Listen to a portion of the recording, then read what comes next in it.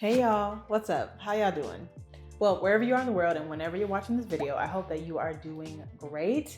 And if you're new to my channel, welcome. My name is Shelby J. Rodney. I'm the motherless millennial.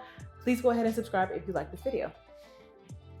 Okay, y'all, so let's talk about emotional triggers. And not just talk about them, but let's talk about how to deal with them. And as somebody who had to deal with extreme grief very early on in life and still has to deal with grief on the day-to-day, I just had to learn that triggers will be forever part of my life. But I also learned that they don't have to rule my life. And I don't think they should rule y'all's either.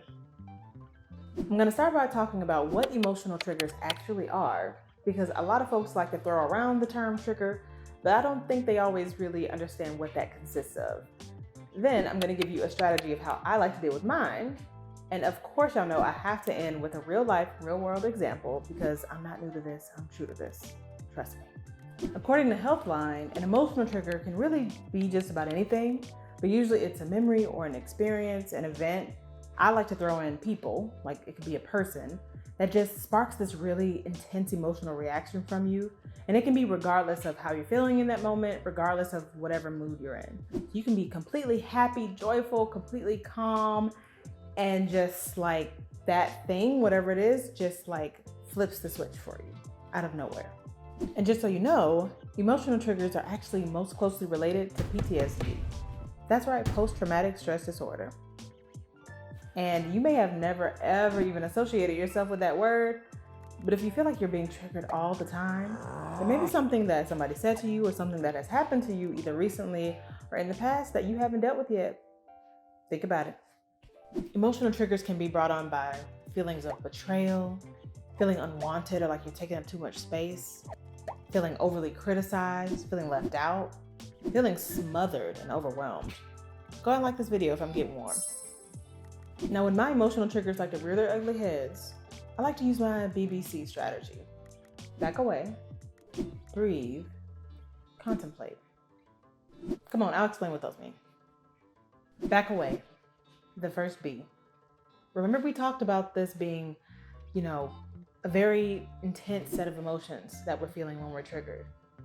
So the sooner that you can back away, remove yourself from whatever it was that triggered you, that event, that person, that experience, that's gonna be key. I've learned that as soon as I realize that I'm triggered, man, I zone in on that. And that emotion just like increasingly gets worse and worse. And we're trying to learn how to deal with these better. And when emotions are just high and they just continue to rise, you feel out of control. And it's hard to deal with something when you feel like you're out of control. So back away, step one. Now we breathe, the second B. And we've all heard about how breathing is very, very essential in stressful situations. And this is no different. Okay, when we're triggered, our heart may be racing, our head is spinning, blood pressure spiking, everything is going on. And breathing, taking a moment to step back and breathe, is gonna help bring all of that down. Now our two B's gets us to C, contemplate, which is probably the most important step out of all of this. Once you've gotten a minute to back away, took a chance to breathe, now it's time to really understand what's going on, what happened. Have I been here before? Does this trigger feel familiar? If it was a person that triggered you, do you think they did it on purpose? Most of the time I've realized that they don't know. People don't realize what they're saying, right? And how that's gonna affect you. If it was an event, how can I make sure I'm not in this space again? Because maybe I'm not quite ready. If we wanna deal with these, you gotta understand what's going on. You gotta give yourself permission to really think through what just happened. Contemplate, very important step. All right, so what y'all been waiting for, my own personal emotional triggered example, which actually happened quite recently. I was over at a family member's house. Something was going on in my house to where I just needed to spend the night for a couple of nights until that thing was done. And I ended up needing to stay an additional night, which was outside of my plans because what was happening in my house wasn't quite finished by the time I thought I was gonna be gone. And I thought I had communicated that to this person, but I think there was some miscommunication. So the day that I sort of came in, was gonna tell them about it, I was in a great mood. I had offered to buy dinner for both of us. I did buy dinner for both of us. and, came in and was like, hey, I guess I'm not going to be quite gone yet, but I'll be gone tomorrow. And what they responded with, and the tone that they had when they responded, was very much like I just really just blew up their plans and ruined their plans, because I just had to stay one more night. And so that happened, and I froze for a second. I really didn't know what to say because I just wasn't expecting it, and my mood just shifted, right? I was good, but then that emotional trigger just like came in there and just slapped it away. So I just put down the food, offered to leave if they really needed me to. I wouldn't mind, like I'll figure it out. And then I backed away.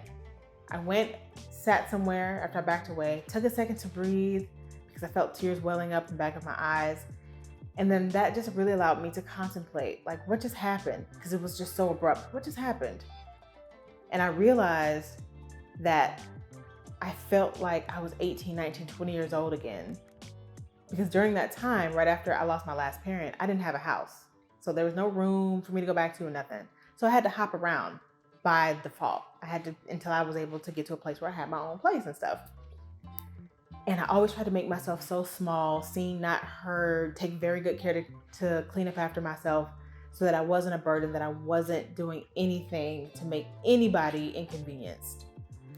And I realized I felt like that again, like this homeless orphan, like a young adult teenager girl again. And I hated that feeling. And I had to just sit down, talk to myself, breathe, say like, you're good. And they didn't mean it, this family member, at all. It was just a miscommunication. And I really had to sit back and tell myself, like, you're good. You've worked hard to not be in that situation ever again. You were just triggered. You're fine. But what can we do to not feel this again, right? Double check those plans and just try not to have to be put out of my own house if I can. Bottom line, triggers are a part of life, y'all. And especially if you've been through something extremely traumatic like I have. So when you're faced with your emotional triggers, remember BBC.